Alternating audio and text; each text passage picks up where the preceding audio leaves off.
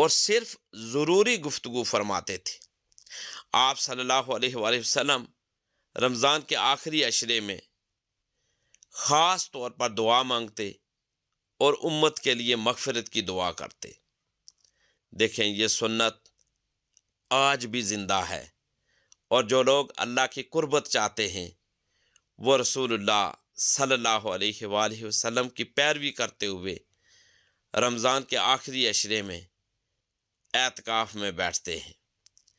دیکھیں، ہمیں بھی چاہیے کہ ہم بھی اللہ تبارک و تعالیٰ کی رضا کے لیے، اللہ تبارک و تعالیٰ کی خوشنودی کے لیے، اور دنیا و آخرت میں اللہ تبارک و تعالیٰ کی برکتیں سمیٹنے کے لیے، اس کی رحمتیں حاصل کرنے کے لیے، ہمیں بھی چاہیے کہ ہم حضور تاجدار کائنات صلی اللہ علیہ وآلہ وسلم کی اس سنت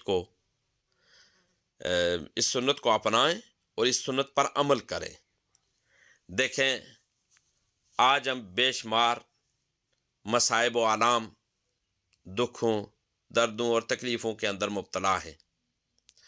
اس کا ایک اور بہترین حل یہ ہے کہ ہم اپنے آپ کا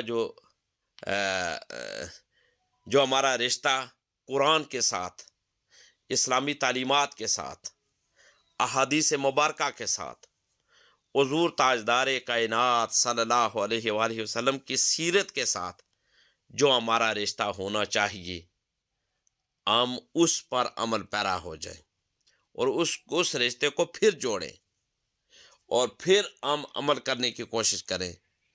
مجھے یقین ہے کہ اگر ہم یہ کرنے میں ہم کامیاب ہو جاتے ہیں تو اللہ تبارک و تعالی ہم پر ضرور کرم کرے گا، اور اللہ تبارک و تعالی اپنی عنایات اور اپن کرم نوازیاں میں عطا فرمائے گا۔ دیکھیں، اعتکاف جس طرح میں نے پہلے بیان کیا کہ ایک مبارک عبادت ہے جو دل کی صفائی، گناہوں کی معافی، اللہ کی قربت اور آخرت میں کامیابی کا بہترین ذریعہ ہے۔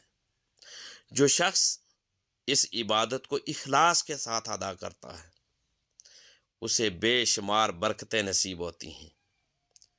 خوش بخت ہیں وہ لوگ، سعادت مند ہیں وہ لوگ، مبارکباد کے مستحق ہیں وہ لوگ جو رمضان المبارک کے آخری عشرے میں اعتکاف بیٹھتے ہیں، اور پھر ان کا ایک ایک لمحہ اللہ تبارک و تعالیٰ کو راضی کرنے کے لیے بسر ہوتا ہے۔ پیارے آقا صلی اللہ علیہ وآلہ وسلم کی سنت کے مطابق وہ عمل کرتے ہیں، اور پھر وہ اپنی منزل کو پا لیتے ہیں، اور منظر اللہ تعالیٰ کی رضا ہے، منظر اللہ تعالیٰ کے پیارے حبیب حضور تاجدار کائنات صلی اللہ علیہ وآلہ وسلم کی رضا ہے۔ اللہ تبارک و تعالیٰ ہمارے حال پہ رحم فرمائے، ہمارے گناہوں کی بخشش فرمائے۔ اللہ تبارک و تعالیٰ اس ماہ مقدس کی مبارک گھڑیوں کے طفیل واسطے اللہ تبارک و تعالیٰ ہمارے وہ صغائر و کبائر گناہ جو ہم سے آمدن ہوئے یا سہون ہوئے،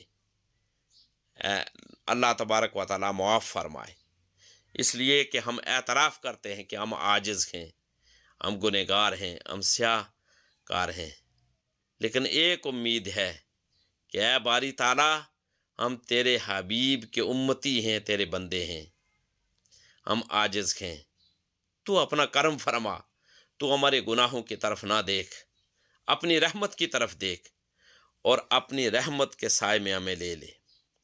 اللہ تبارک و تعالیٰ کے حضور دعا کا وقت ہے، او اللہ تبارک و تعالیٰ کے حضور دعا کریں، نیک اعمال کریں، اچھے اعمال کریں، اپنے معاملات کو درست کریں۔ اللہ تبارک و تعالیٰ ضرور اللہ تبارک و تعالیٰ کرم کرنے والے ہیں۔ یہ مبارک گھڑیاں بار بار نہیں آتی، یہ زندگی بہت عارضی ہے۔ ہمارے بہت سارے جو دوست احباب ہیں، عزیز و اقارب ہیں، آبا و اجداد ہیں، وہ دنیا سے رخصت ہو چکے۔ اب ہماری باری ہے، ہم نے اس دنیا کو چھوڑنا ہے، ہم نے اس دنیا کو خیر آباد کہنا ہے۔ تو ہم خیر آباد کہنے سے پہلے ہمارے لیے ضروری ہے کہ ہم اس دنیا میں رہتے ہوئے ہم اللہ تبارک و تعالیٰ کی رضا والے کام کریں، اللہ تبارک و تعالیٰ کے بتائے ہوئے راستے پر، قرآن کے راستے پر، اسلامی تعلیمات کی سنہری تعلیمات کے مطابق، احادیث مبارکہ کے مطابق اپنی زندگی بسر کرنے کی بھرپور صحیح اور کوشش کریں۔ دین کی بات پھیلانا صدقہ جاریہ ہے، ثواب کی نیت سے ویڈیو کو شیئر ضرور کیجیے۔ جزاک اللہ۔